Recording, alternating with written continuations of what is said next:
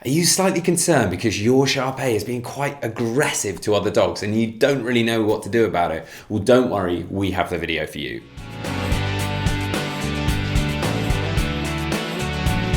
Welcome back to the Fenrir SHAR PEI Show. My name's Joe and I'm a certified canine leader here at FenrirCanineLeaders.com. We are dedicated to helping you learn everything you could possibly want to know about the SHAR PEI and then how to become a high-level canine leader so you can raise your very own. So, if you're new here, don't forget to subscribe and turn on that notification bell so you never miss a future upload. If you're a little concerned because your SHAR PEI is showing quite a lot of aggression to other dogs and you're not really sure what to do about it, do not worry. Today, we're going to be tuning into a webinar that canine behaviorist and founder of FenrirCanineLeaders.com, Will, has recorded all about how to deal with your dog being aggressive to others. So here we are, guys, into my quick fire breakdown of the problem around dog-to-dog aggression or dog-to-dog reactivity, which is my bread and butter and the area that I found myself most successful at and most in demand for, especially with large, powerful guarding breeds. So it is something that I feel very able to speak at length about, but it is one of those things that I could do multiple day seminars on this specific subject. So I'm going to try my best to condense it down to one of these quickfire webinars so that you can pull out as much information as possible, whether you're struggling with your dog or whether you're watching this because you're wanting to get into the profession and helping other owners who are struggling with this problem. So dog-to-dog reactivity or dog-to-dog aggression is one of those things that is the micro behavior that we're seeing, and a lot of the times it is for many owners a terrifying behavior, and it stops the owners wanting to get out with their dogs because they're terrified of what happens if they see another dog. It's incredibly embarrassing, but then what happens is that then that dog isn't getting as much exercise, which then only further perpetuates the problem because they're not getting as much exercise, nor are they being able to positively socialize around other dogs, and the problem gets worse and worse, and people go in a vicious spiral till they get to a point where sometimes they give up on the dog and then the dog gets euthanized as an aggressive dog. Now, the root cause behind reactivity or aggression is so varying and wide, which is why we could do multiple day seminars on this topic. So we're not going to go into the root cause, but what we're going to do is, regardless of the root cause, 9 out of 10 of those root causes would go through a similar behavior modification or rehabilitation program, and that's more what I want to give you an overview of in this webinar. So we've got a dog that's reactive towards other dogs in particular, or we've got a dog who is genuinely aggressive. Now, most people will always read it as aggression, whereas the vast majority of the time it's more reactivity than it is aggression. And that reactivity doesn't come from a place of dominance, it actually comes from a place of anxiety. Anxiety is made far worse by a dog that has a ton of pent-up energy. It makes them further anxious, and then these reactive outbursts of behavior then become worse. So the answer isn't only more exercise, but more exercise is a huge part of any behavior modification or rehabilitation program that we want to utilize for reaction or aggressive based dog-to-dog problems. So you might have to get creative if you are timid of going out and you might see other dogs. So it might be finding a secure location. I know around here in the Midlands there's a few areas where you can pay and go to a couple of acre plot where it's completely fenced in. You pay £6 or £7 for an hour and your dog can be fully off leads with complete safety. So that could be an option. This could be an option that you recommend to your clients, but exercise that dog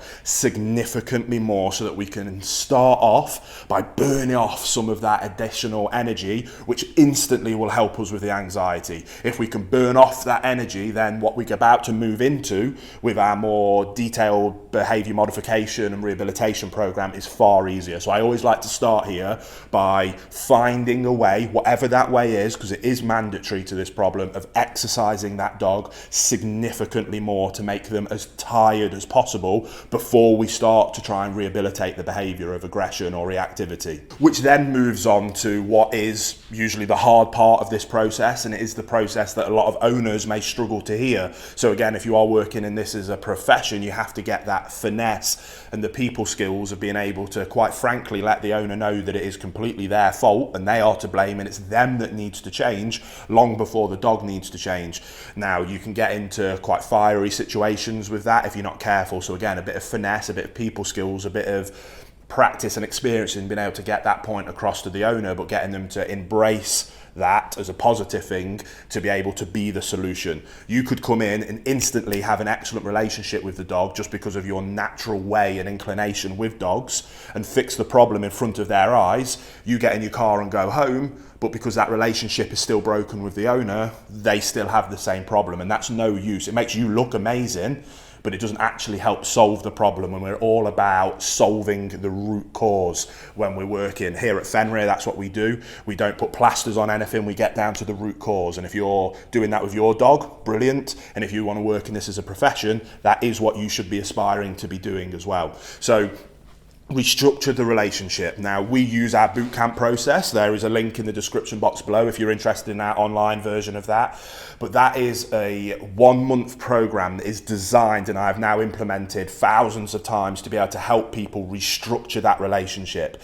It's nice because it is very much a procedure that the dog goes through, but it's actually equally as much designed about educating the owner on what it takes to become a high-level canine leader, help educate them on where they might have been going wrong. They don't mean to go wrong, it's just simply a lack of education on their part, but it allows them to learn where they've gone wrong, learn how to not do those same mistakes in the future, how to become a high-level leader. They go through that process with the dog, which allows to restructure the relationship with the dog, for the dog to finally be able to relax, let go, and go, awesome. I see, I get it, you're in charge. And then once that dog makes that switch, you can see it in front of your eyes. I've got goosebumps. It's the most beautiful part of working with these cases, is when you physically see in front of your eyes that anxiety, that burden of responsibility just wash away from a dog when they're finally able to let go and trust in their owner as their calm, consistent leader. That, a lot of the time, helps address these kind of issues, because the root cause of the issue is anxiety. The anxiety stems from that dog not having a calm, consistent leader who it can look to for guidance and direction. When they get that kind of leadership in their life, the anxiety disappears and they simply trust in their leader. So then we have to go through that process.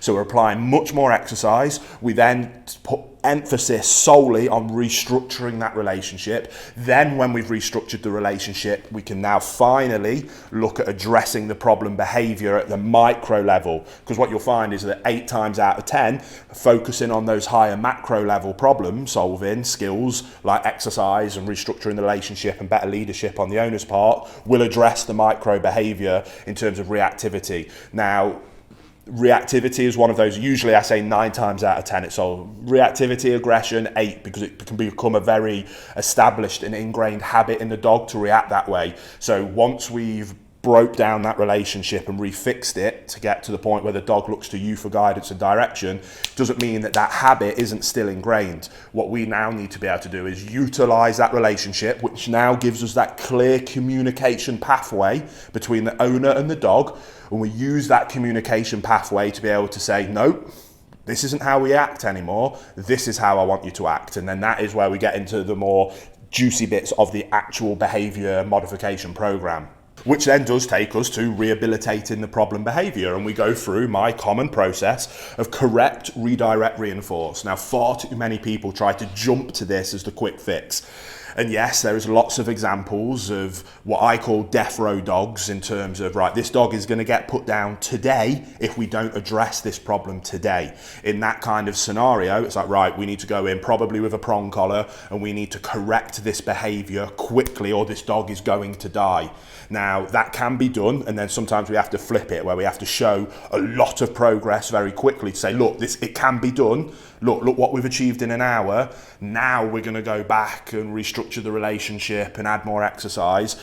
Now, if we've got the time, it's better to do it the other way. More exercise, restructure the relationship, and then go in with correcting and redirecting, because it means that we need far less correction. You should always only use the minimum amount of correction required to achieve the desired response, which is stop doing what you're doing because I now want to tell you what you should do. And if you do that instead, I'm going to reward you. Correct, redirect, reinforce. That's what that process means. Now, if we've got a death row case and that dog is red zone, aggressive, reactive towards another dog, I may have to go in with a very heavy-handed correction to be able to snap them out of it, to then redirect them to a heel position or a sit and stay to then reinforce that. But I would rather not do it. I would rather simply use a verbal correction or a simple little collar pop with a slip lead that causes no issue whatsoever. And it's just that more physical, hey buddy, stop doing that please, I need you to do this.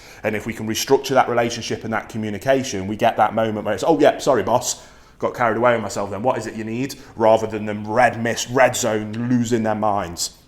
So that is all we're going to do. We're going to utilize a heel command. So if they don't know heel, we're going to strip it back and we're going to teach heel as an obedience trick in a very positive way. Or we can use a simple sit and stay based approach. So we're going to go out and we're going to start to drill it. If the dog shows any kind of reactive, aggressive behavior, we're going to try and use excellent timing and catch it just before it's about to start. We don't want to be late. We don't want to let the dog really start to explode. But the second those heckles come up, that chest comes up, those ears pop up, we're going, no. So if we're able to use a low level correction, it can be simple as, oh, yeah, sorry, what was it, boss? Sit, stay. So we've redirected them, they're sitting and staying. They can look at the dog, okay, that's all right, we'll work on that. You can be focused on it. But as long as you're not losing your mind and being reactive, then I'm going to give you some food reward. We can give you some praise, the reinforcement, whatever works for the dog we can utilize.